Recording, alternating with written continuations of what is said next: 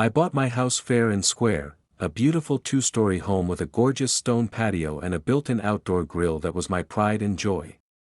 As a black professional who worked hard for everything I own, that patio was my personal sanctuary after long work weeks. But not long after moving in, I met Karen, the neighbor 2 houses down. The first thing she ever said to me, "Are you visiting someone here?" I should have known then that she was going to be a problem. It started small. Karen would jog by my yard slowly, eyeing me whenever I grilled. "You know, those grills aren't allowed to be built that close to the fence," she'd say, despite mine being approved and inspected by the city before I moved in.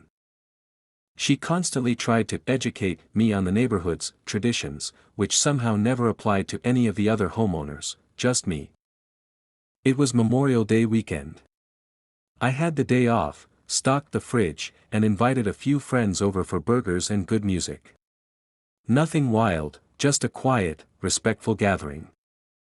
We'd barely started lighting the grill when Karen appeared at the edge of my yard, uninvited, holding a plate of raw hot dogs and a lighter. "Hey! Can you move your things? I need your grill for our barbecue. My family is coming over and our setup isn't ready." I stared at her, thinking she must be joking. "Wait, you want to use my grill? On my property?" She said, without blinking, "Well, it's just a grill. And you've got it running already." I figured it was a community thing. A community thing? I calmly told her no, and reminded her that she was on private property and needed to leave. Instead of leaving, she called the cops. "There's a man threatening me in a backyard that isn't his. He's acting aggressively and won't let me leave." Luckily, this wasn't my first rodeo. I had 3 active security cameras around the backyard that recorded everything. And one of the guests, an off-duty cop and personal friend, stood up, badge in hand, and said, "You just made a false police report. That's a felony." 2 squad cars arrived within minutes. Karen rushed to them, full tears mode, claiming I stole the property and was harassing her. Then came the moment of truth. I calmly walked up and said, "Officers, would you like to review the footage?" I pulled it up on the monitor. The entire encounter, from her entering my yard to asking for the grill to calling the cops, was captured in crystal clear 4K.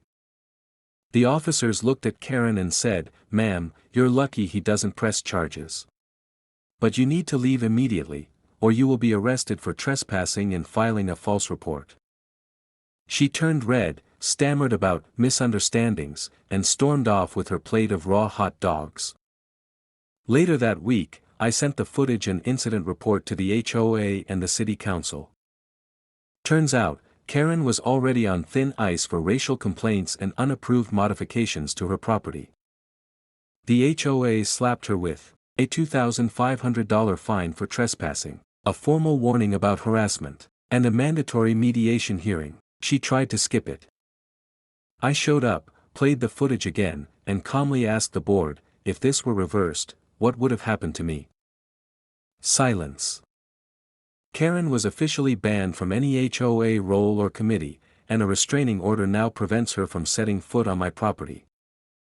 Karen sold her house 6 months later, after getting cold-shouldered by most of the block. Apparently, she claimed she felt unsafe, because the neighborhood stopped tolerating her antics. As for me, I upgraded my grill, expanded the patio.